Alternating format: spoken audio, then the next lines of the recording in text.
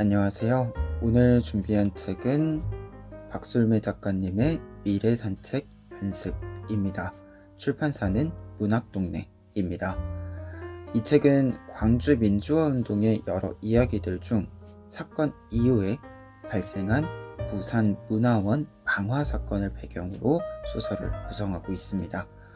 부산 문화원 방화 사건은 5.18 민주화 운동 때 신군부가 병력을 이용하여 시민들을 진압하는 과정이 당시 전시작전권을 가지고 있던 미국의 무기 아래 이루어졌다고 본 대학생들을 중심으로 일어난 반미운동의 결과였습니다.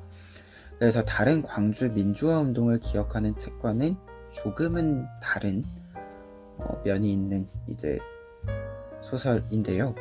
그래서 광주 민주화 운동을 말하는 데 있어서 한 번쯤 여러분들에게 이야기를 드리고 싶었던 소설이어서 이렇게 준비를 해 보았습니다.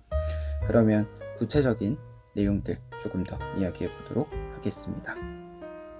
책의 내용과 구조 살펴보면은요, 우선 소설은 화자이자 주인공인 수미가 일본에서 친구 정승과 함께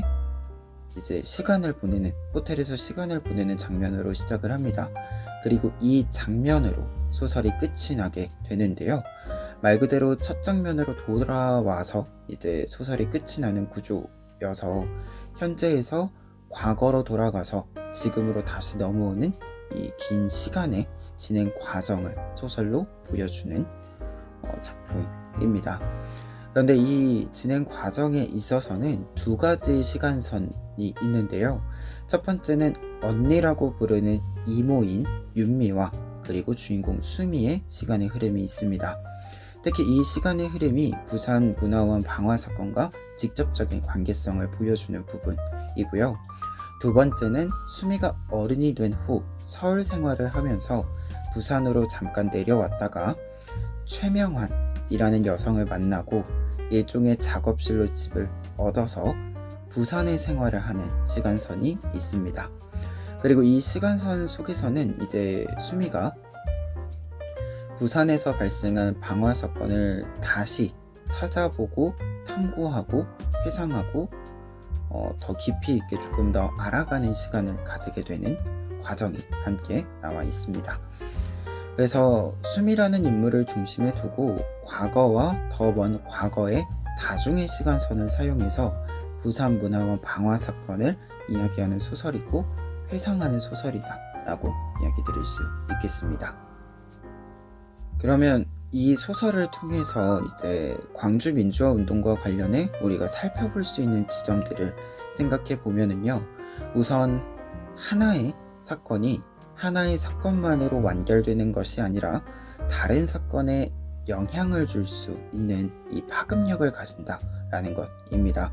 특히 이 소설에서 다루고 있는 부산 문화원 방화 사건 자체가 광주 민주화 운동에 영향을 받은 사건이기 때문에 이 부분을 보여주는 직접적인 사건이라고 할 수 있겠죠. 그리고 두 번째로는 한 사건에 대한 여러 입장의 존재성을 보여주고 있습니다. 윤미, 수미, 그리고 최명환, 이렇게 세 명의 사람은 사실 부산 문화원 사건과 각자의 연관성을 가지고 있는데요. 윤미의 경우에는 당사자이고 수미의 경우에는 가족으로서 좋은 글씨를 이렇게 좀 겪었던 인물이고, 최명환의 경우에는 방화 사건 당시 부산에 살고 있었고 하지만 이 사건과는 조금 거리를 두고 있었던 인물이죠. 이렇게 각 인물마다 약간씩 이 사건에 대한 입장이 조금씩 다른 부분들이 존재를 한다라는 것을 긴 이 소설들 속에서 계속해서 조망을 하고 있는데요. 그런데 여기서 중요한 것은 이렇게 개인차가 존재한다라는 것을 우리가 인식함으로써 한 사건을 이해하는 데 있어서 외연 자체를 확장할 수 있고, 이 외연을 확장함으로써 한 사건을 더 사력 있게 볼 수 있다라고 한다는 점에서 이 소설에서 이 사건을 다루는 방식과 구조가 좀 의미가 있지 않았나라는 생각을 저는 좀 했습니다. 그리고 이 부분들을 조금 더 이야기를 드렸을 때 이 방화 사건뿐만 아니라 광주 민주화 운동을 이야기함에 있어서도 분명히 우리는 여러 입장들이 있죠. 사건의 당사자, 희생자들 뿐만 아니라 그 사건이 발생했을 때 공간적으로, 정보적으로 거리를 두고 있던 사람들이 분명 존재를 했고, 또 일부는 이후에 접점이 생기기도 하죠. 그래서 이 부분들을 좀 광주 민주화 운동에도 적용을 해 보았을 때 우리가 이 민주화 운동을 계속해서 사실 기억하고 이야기하기 위해서 필요한 태도들에 대해서도 함께 생각해 볼 수 있지 않을까 합니다. 사실 소설은 시간선을 다양하게 쫓아가야 하기 때문에 좀 어려운 구조의 소설이기는 합니다. 그래서 이렇게 제가 다른 영상들이랑 다르게 좀 정보를 많이 이렇게 쏟아내더라도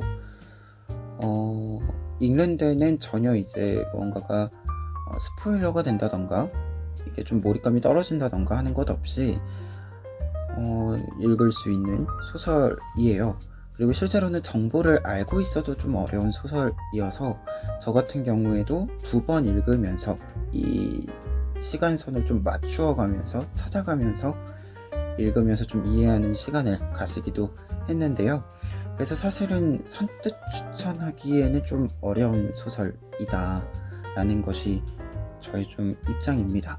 그런데 이번에 이렇게 좀 소개를 드린 이유는 이제 44주기잖아요. 그래서 역사라고 하는 것, 그리고 역사를 다루는 여러 이야기들은 사실 어려울 수밖에 없는 거고, 그럼에도 불구하고 우리가 계속 기억하고 읽어가는 것이기 때문에 이 44주기라는 시기를 좀 맞이하면서 이제는 좀 소개를 해볼 때가 되지 않았나 라는 생각이 들어서 이렇게 좀 소개를 드려보았습니다. 그러면 저는 끝으로 한 구절 읽어드리고 다음 영상으로 또 찾아뵙도록 하겠습니다. 만약 우리의 모든 순간이, 우리의 모든 현장이 사진으로 기록된다면 우리는 더 잘할 수 있을까? 찍히는 것에 익숙해져 어쩌면 어느 순간부터는 찍힌다는 것을 잊게 될지도 모른다. 연기로 에워싸진 건물의 사진은 있지만 기름통을 들고 미 문화원으로 가는 젊은 여자들의 사진은 없을 것이다. 그들이 불을 붙이는 사진도 이 세상에는 존재하지 않을 것이다.